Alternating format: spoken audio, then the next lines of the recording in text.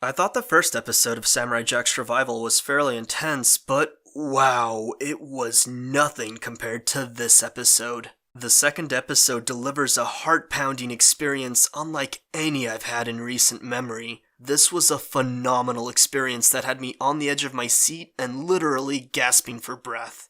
The episode's beginning did not prelude the raw visceral intensity that was to follow. In fact, the start of the episode was a lighthearted and comical morning with Aku. Self-reflection seems to be a big thing occurring with many characters throughout this season, as Aku had a therapy session with himself about the ceaseless restlessness regarding Jack. While Aku tries to play it off in front of his minions and pretends that he no longer cares about Jack, as if the pretending will one day actualize and become reality, Aku is being quite emotionally tormented by the fact that Jack no longer ages and refuses to keel over and die. I get the impression that Jack is a splinter in Aku's psyche, a splinter that with time causes an infection and becomes more painful to bear. The start of the episode with the shape-shifting Master of Evil reminded me a whole lot of the goofiness present in classic Samurai Jack, and it was a fun detour.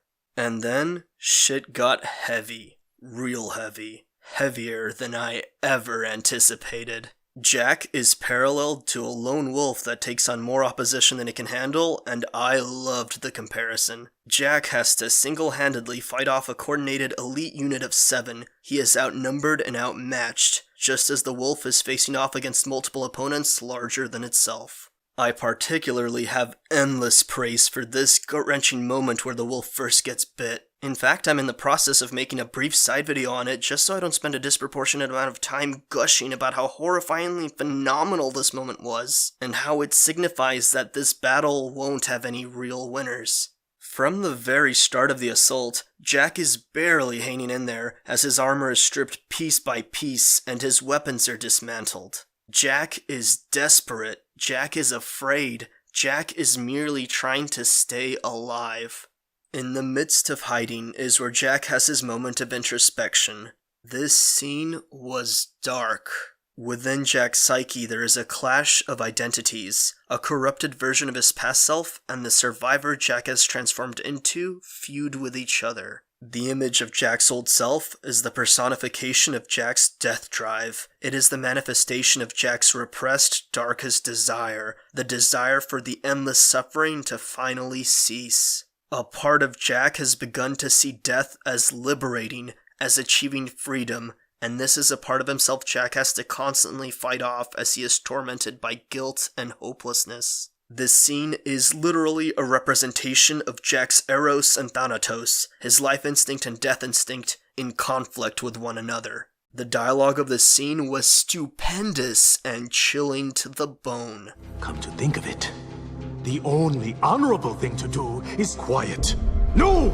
I won't spend eternity in this forsaken time! It's made all the more unnerving because part of Jack's motivations is that he sees his enemies as merely machines. Just nuts and bolts. And yet we as an audience already know otherwise. This is an amazing case of gut-wrenching, dramatic irony.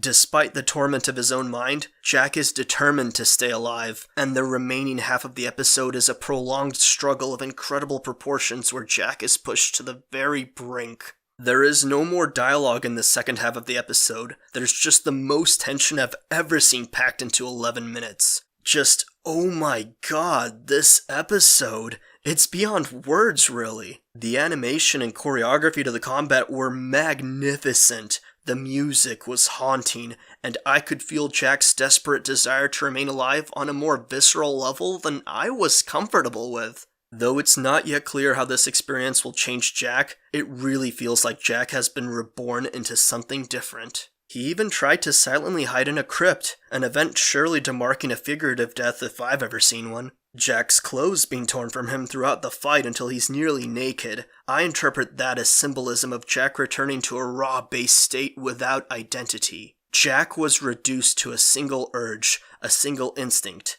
to live. And being reduced to this state where he fought for his life without holding anything back, this caused Jack to end the life of another human being for the first time in the series. This event will surely have lasting repercussions on Jack's already debased psyche, and I can't see him coming out the same. This was a transformative experience. The violence in this scene was something truly remarkable. It felt so real. Perhaps the impact is more profound because we're used to robots seeping other fluids as substitutes for blood, and that the classic Samurai Jack was more child-friendly, so the juxtaposition with this scene enhances it. But I personally don't think so. I think it's simply that the scene brilliantly captured the genuine horror of violence. Adult action shows often glorify blood and pain. Sustaining injuries and still persevering is framed as cool. Not Samurai Jack. The blood is flinch-inducing. Jack dragging his torso against the wall and leaving a trail of blood actually made me flinch, and I'm not at all squeamish. It feels real. These injuries matter. A knife penetrating a body can be life-threatening. Seeing Jack float down a river amid a massive amount of blood is horrifying. Ending the episode on the bloody result of the territorial dispute between the wolf and tigers even more so, as it's a sobering reminder that combat is entrenched in death. Memento Mori. This was an astounding episode, and I have nothing but the utmost praise for it. I loved it. It was amazing. With Jack now physically on the verge of death, and mentally at a new low, I wonder if it's time for a certain Scotsman to show up and save the samurai from himself. Guess we'll see soon enough.